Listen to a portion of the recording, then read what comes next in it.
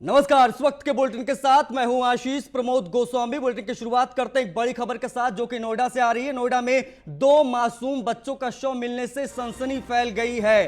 Green belt में दोनों बच्चों के शव मिले हैं। सेक्टर 34 स्थित निजी स्कूल के पास से ये दोनों शव बरामद हुए हैं। सूचना पर पुलिस के अधिकारी मौके पर पहुंच गए हैं। तफ्तीश शुरू कर दी गई है। कोतवाली सेक्टर 24 क्षेत्र के सेक्टर 34 का यह मामला है, जहां पर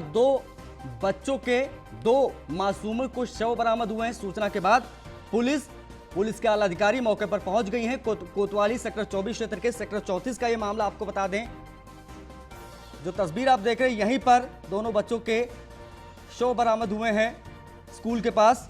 यह इस वक्त की बड़ी खबर आपको बता दें। दो बच्चों के एकाएक शव मिलने से उस जगह पर सनसनी फैल गई है। ग्रीन बेल्ट के पास का यह मामला है। सेक्टर 34 स्थित निजी स्कूल के पास दोनों बच्चों के शव मिले हैं। सूचना पर पुलिस के अधिकारी पहुंच गए हैं। मामले की तफ्तीश शुरू कर दी गई है। यह इस वक्त की बड़ी खबर आपको बता दें, नोएडा से जो निकलकर सामने आ रही है। दो मासूम बच्चों के शव मिले। हमारे सहयोगी निशांत शर्मा ज्यादा जानकारी के साथ फोन लाइन पर जुड़ गए। निशांत, क्या जानकारी निकलकर सामने आ रही है? क्या बच्चों की शिनाख्त हो पाई है अब तक? देखिए, दोनों बच्चों के शव मिले हैं। दोनों मासूम बच्चे हैं और एक बच्चे की उम्र 6 से 7 साल बताई जा रही है और दूसरे की 4 से 5 साल इनकी उम्र बताई जा रही है। जिसके बाद देखा गया है कि सेक्टर 34 के ग्रीन बेल्ट पार्क में ये दोनों का शव मिला है और शव मिलने के बाद आसपास के इलाके में भी हड़कंप मचा है, सनसनी फैली हुई है। मौके पर वरिष्ठ पुलिस के अधिकारी और पुलिस फोर्स वहां पर पहुंची हुई है। पूरी तरह से इस मामले में जांच की जा रही है और देखा जा रहा है दोनों शवों को, बच्चों को पोस्टमार्टम के लिए भेजा गया है। और यह भी देखा जा रहा है कि कितने पुराने ये शव हैं और क्या कुछ है इनका भी जो देखा गया है। इनके जो सब पर चोट के निशान दिखाई दे रहे हैं। गर्दन पर चोट के निशान है।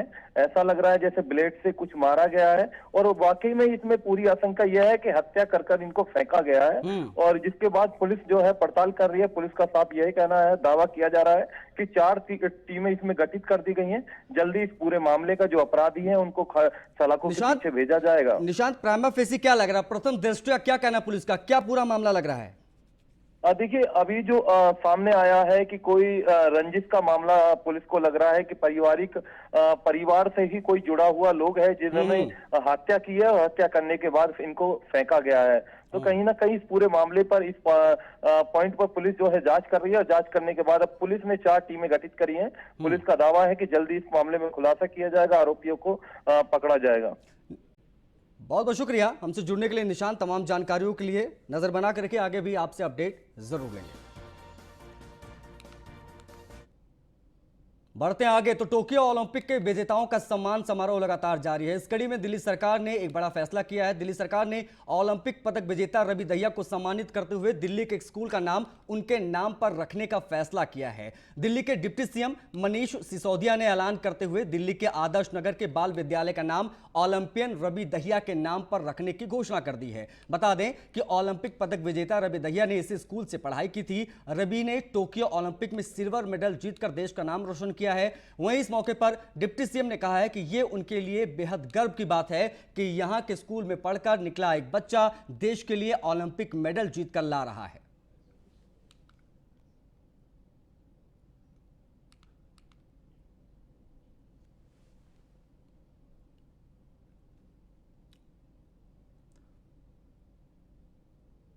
सीएम मनोहर लाल आज रोहतक और सोनीपत दौरे पर गए। सीएम मनोहर लाल रोहतक में बड़े भाई की अंतिम क्रिया में शामिल होंगे। इसके बाद सोनीपत में ओलंपिक में पदक जीतने वाले खिलाड़ियों के घर भी वो जाएंगे। कुछ ही दिन पहले रवि दहिया गांव के लोगों ने सीएम को निमंत्रण दिया था। इस दौरान सीएम नहारी गांव का वादा पूरा करेंगे।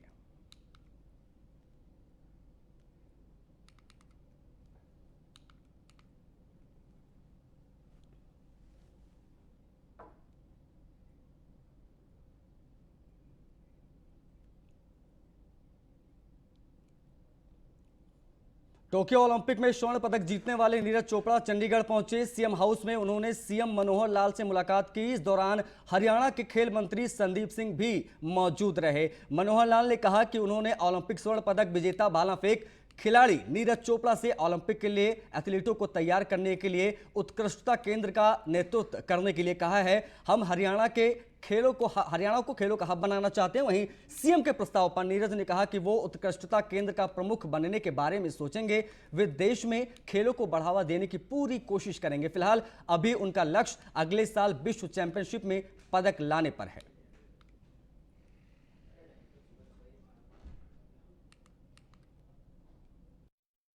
मित्रों, आज अपने राष्ट्र गौरव, राष्ट्र के स्वर्ण पुत्र जिनको मैं कहूँगा, हमारे होनहार खिलाड़ी श्री नीरज चोपड़ा, ये आज यहाँ आए हैं। इनका मैंने सम्मान किया और इनका सम्मान यानी अब ये एक सिनोनिमस देश के साथ इनका नाम जुड़ गया है, तो देश का सम्मान है, पूरे समाज का सम्मान है, हमारे खेल जगत का सम्मान है।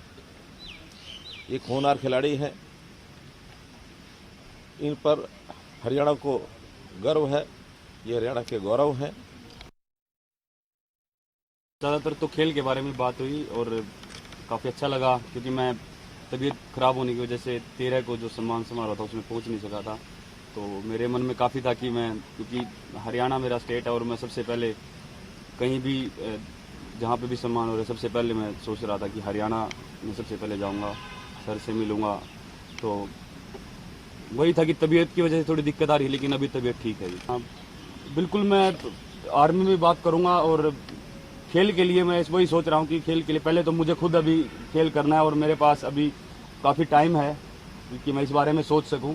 तो मैं बिल्कुल जो मुझे ये मिला है तो मैं अपनी तरफ से पूरा योगदान दूंगा कि मैं हरियाणा और इंडियन स्पोर्ट्स को ऊपर उठा सकूँ।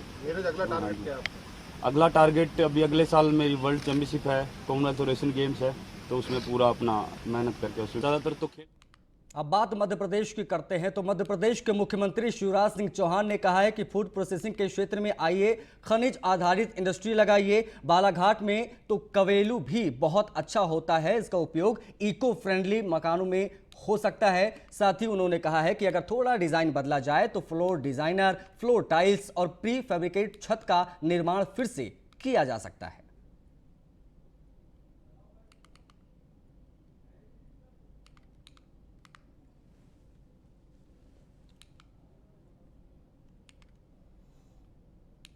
अब खबर छत्तीसगढ़ से ले लीजिए। छत्तीसगढ़ के सीएम भूपेश बघेल ने ट्विटर कर स्वतंत्र संग्राम के महानायक नेताजी सुभाष चंद्र बोस जी की पुण्यतिथि पर उन्हें नमन किया है। उन्होंने लिखा है कि स्वतंत्रता संग्राम के महानायक नेताजी सुभाष चंद्र बोस जी की पुण्यतिथि पर सादर नमन। नेताजी स्वाधीनता संग्राम के अग्रणी तथा प्रमुख नेताओं में से हैं, जिन्होंने आजादी की लड़ाई को नई दिशा दी।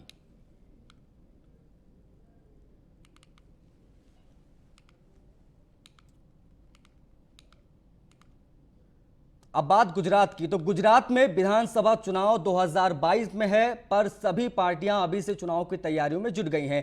आम आदमी पार्टी, बीजेपी और कांग्रेस लोगों के बीच जा रहे हैं, तो वहीं न्याय यात्रा को लेकर हमारे सहयोगी ने कांग्रेस के विधायक इमरान खोड़ावाला से खास बात की। क्या कहा उन्होंने, आइए आपको दिखाते हैं। गुजरात में कमजोर हुई कांग्रेस अपनी ताकत दिखाने के लिए बीजेपी की यात्रा का विरोध कर रहे हैं। उनके बारे में जानकारी के लिए अपने साथ एमएलए इमरान खोड़ावाला जुड़ गए। सर, आप कोविड-19 न्याय यात्रा जो निकाल रहे हो, क्या यही एक कांग्रेस के पास रह गया है कि वो उनका विरोध ही करे और कोई मुद्दा है नहीं आपके पास? सबसे पहले तो आप बता रहे हैं कि कांग्रेस विरोध करने के लिए यात्रा निकाली है। कांग्रेस ने विरोध करने की यात्रा नहीं निकाली है। कांग्रेस ने गुजरात के हमारे ये 6.5 करोड़ जो लोग हैं उसको इंसाफ दिलाने की यात्रा निकाली है। जो हमारी कोविड-19 की जो यात्रा है वो 2 साल के अंदर भारतीय जनता पार्टी ने जिस तरह से कोविड के अंदर, मैं समझता हूँ सबसे पहले तो मैं डॉक्टरों का, जो हमारे मेडिकल स्टाफ के डॉक्टर थे, स्टाफ नर्स थी, वार्ड बॉय थे, उनकी मेहनत थी और मैं उनको अभिनंदन देना चाहता हूँ कि उन्होंने कुछ हद तक बहुत अच्छा काम किया। लेकिन भारतीय जनता पार्टी 25 साल से गुजरात के अंदर है और गुजरात के अंदर कोविड के अंदर हजारों नहीं, मैं तो समझता हूँ कि 2 लाख से ज़्यादा लोगों ने कोरोना के अंदर जिनकी मृत्यु हुई है। सिर्फ और सिर्फ खाली तो बातें कर करके लोगों को जिस तरह से बहकाया जाता है, बहलाया जाता है, वो काम भारतीय जनता पार्टी ने करा है। लेकिन अभी हमारी ये कोविड की यात्रा हमारे राष्ट्रीय नेता राहुल जी ने गुजरात से शुरुआत की है और पूरे गुजरात से ये यात्रा शुरू होगी, पूरे हिंदुस्तान की यात्रा जाएगी। हर एक वार्ड में हर एक लोग ये यात्रा अपने अपने के तरीके से निकालेंगे और जो कोविड के अंदर जो लोग गुजर गए हैं या जो हॉस्पिटल में गए अच्छे हो गए हैं, उनके सब के लिए हम प्रार्थना करेंगे। यही हमारा संदेश है, हमारी यात्रा का मकसद ही यह है। ये थे एमएलए इमरान खेड़ावाला। उनका साफ कहना है कि बीजेपी को जन आशीर्वाद रैली नहीं निकालनी चाहिए, शर्मजनक रैली निकालनी चाहिए और हमारा न्याय रहेगा कि जो कोरोना पॉजिटिव थे उनको न्याय मिल सके। अहमदाबाद से जयेश प्रजापति, न्यूज़ 1 इंडिया। बात एक बड़ी खबर की करते हैं तो वैक्सीनेशन के मामले में यूपी एक बार फिर से टॉप पर पहुंच गया है। वैक्सीनेशन का जो आंकड़ा है वो 6 करोड़ 6 लाख के पार पहुंच गया है। उत्तर प्रदेश में 5 करोड़ 11 लाख ऐसे लोग हैं जिन्होंने टीके की पहली खुराक यानी पहली डोज ले ली है। 95,84,000 से ज्यादा लोगों ने टीके की दोनों डोज ले ली है। प्रदेश के 17 जिलों में एक्टिव केस जो हैं वो 0 पर हैं, वो शून्य है। 24 घंटे में टेस्टिंग में 53 जिलों में संक्रमण का एक भी नया मामला नहीं आया है। प्रदेश में एक्टिव कोविड केस की संख्या 419 है। अब तक 6,97,503 कोविड सैंपल की जांच हो चुकी है उत्तर प्रदेश में। प्रदेश में कोरोना की रिकवरी दर 98.6% तक पहुंच गई है।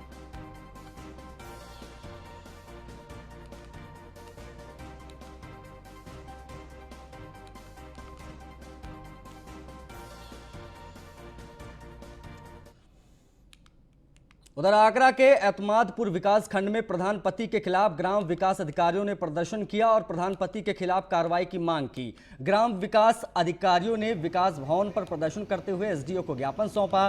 प्रधानपति पर महिला ग्राम विकास से अभद्रता करने का आरोप लगा है।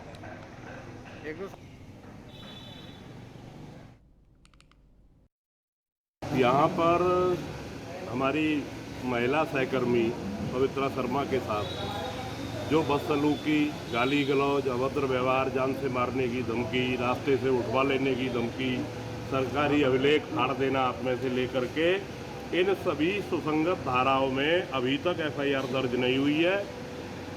हमारी पुरजोर मांग है मुख्य विकास अधिकारी महोदय से, हम करने वाले हैं अभी 5 मिनट में, कि हम तत्काल एफआईआर दर्ज कराकर दोषी प्रधानपति को गिरफ्तार करके जेल भेजा जाए। यहाँ पर अब बात बुलंदशहर की तो पूर्व सपा विधायक को धमकियां मिल रही हैं। लगातार 2 दिन से जान से मारने की धमकियां मिली हैं। अज्ञात लोग फोन से पूर्व विधायक मुकेश पंडित को धमकी दे रहे हैं। मामले में पूर्व विधायक ने एसएसपी को पत्र लिखा है और हत्या की आशंका भी जाहिर की है। पूर्व विधायक ने कानूनी कार्रवाई के साथ लगाई सुरक्षा की गुहार। शिकारपुर क्षेत्र से ये विधायक रह चुके हैं मुकेश पंडित, जिन्हें धमकियां मिल रही हैं।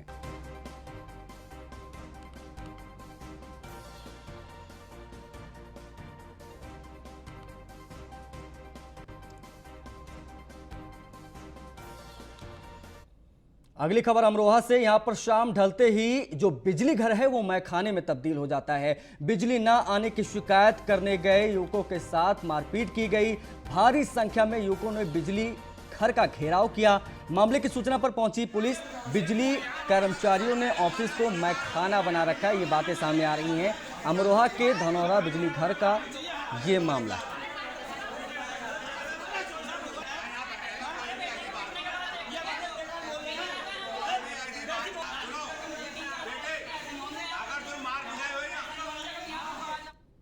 बढ़ते आगे तो जौनपुर के मछली शहर थाना क्षेत्र के कोढ़ा में छाता के पास से गुजरी 11,000 हाई टेंशन विद्युत तार के चपेट में आने से एक ही परिवार के 3 मासूम बच्चे गंभीर रूप से झुलस गए। इसमें से एक बच्चे की मौत भी हो गई, जबकि 2 बच्चों की हालत गंभीर होने पर वाराणसी के लिए उन्हें रेफर कर दिया गया है। वहीं 2 बच्चों के इलाज में एक बच्चे की देर रात मौत हो गई थी।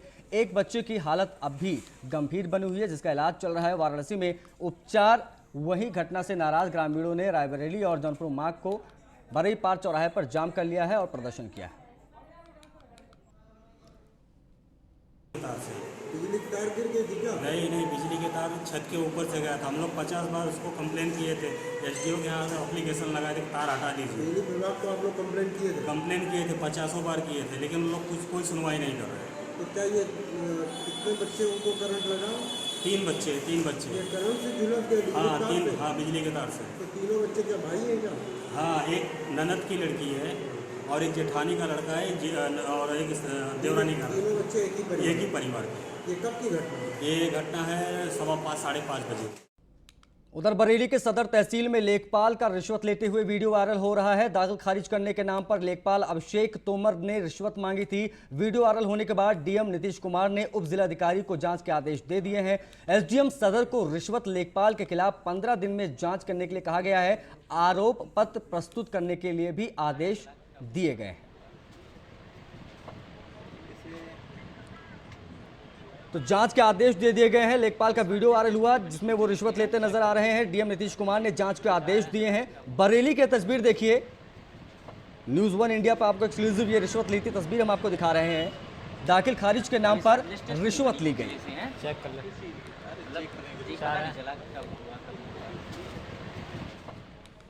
मथुरा के केडी मेडिकल कॉलेज प्रबंधन सहित 10 लोगों के खिलाफ गैर इरादतन हत्या का केस दर्ज हुआ है। इससे पहले भी केडी मेडिकल कॉलेज पर सवाल खड़े होते रहे हैं, लेकिन इस बार मामला प्रशासनिक अधिकारियों से जुड़ा होने के चलते एफआईआर दर्ज हुई।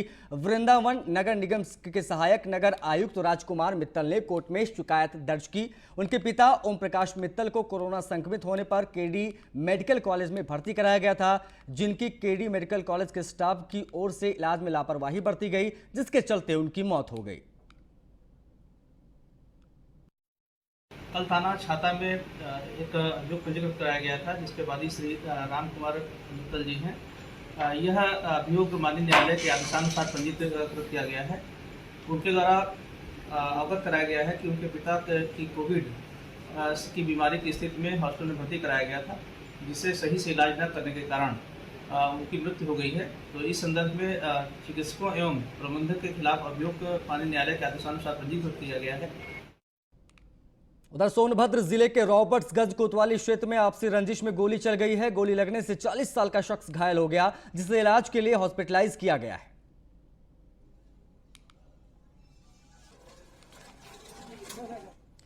उधर फर्रुखाबाद में नगर पालिका ईओ का असलहा प्रदर्शन करते हुए वीडियो वायरल हो रहा है। नगर पालिका ईओ बच्चों को एक कार्यक्रम में असलहा लेकर पहुंचे थे। दीनदयाल अंत्योदय आश्रय गृह के तहत कार्यक्रम का आयोजन किया गया था। कार्यक्रम में मिशन शक्ति के तहत बालिकाओं को सम्मानित किया जा रहा है। सम्मान समारोह कार्यक्रम में नाबालिग बच्चों के बीच खुला असलहा प्रदर्शन किया गया। खुलेआम शस्त्र नियमों की धज्जियां उड़ाई गई।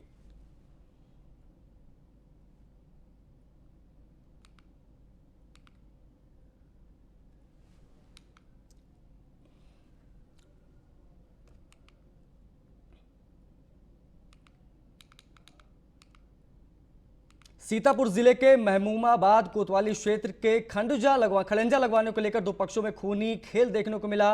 विवाद के दौरान प्रधान प्रतिनिधि ने बाप बेटे को गोली मार दी। फिलहाल घायलों को अस्पताल में भर्ती कराया गया है, जहां उनका इलाज जारी है।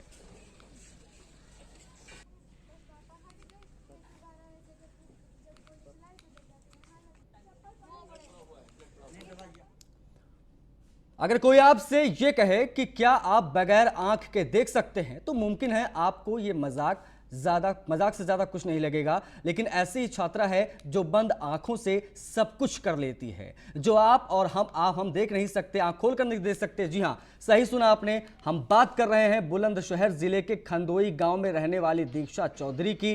दीक्षा न सिर्फ बगैर आंखों की मदद से किताब और अखबार पढ़ सकती हैं, बल्कि मोटरसाइकिल यानी बाइक भी दौड़ाती हैं। आप अपनी टीवी स्क्रीन पर आंख पर काली पट्टी बांधी जिस छात्रा को बाइक दौड़ाते और अखबार पढ़ते देख पा रहे हैं, ये कोई नौटंकी या जादू नहीं है, बल्कि हकीकत है। दीक्षा का कहना है कि ये विशेषता कुदरत की देन है, इसके लिए कोई भी ट्रेनिंग नहीं ली है।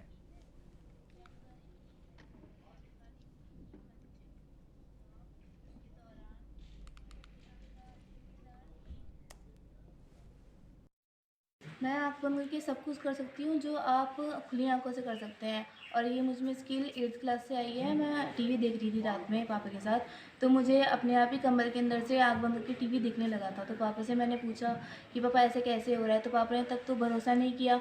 तो बाद में 2-3 दिनों बाद पापा ने भी इसकी थोड़ी मतलब आगे मेरे से जानकारियाँ ली कि फिर मुझे बाइक चलाई, फिर मैंने स्कूटी और साइकिल चलाई, ये सब वगैरह चलाया, और मैंने स्कूल में फंक्शंस भी किए हैं, स्टेज शो किए हैं, प्रोग्राम किए अपने।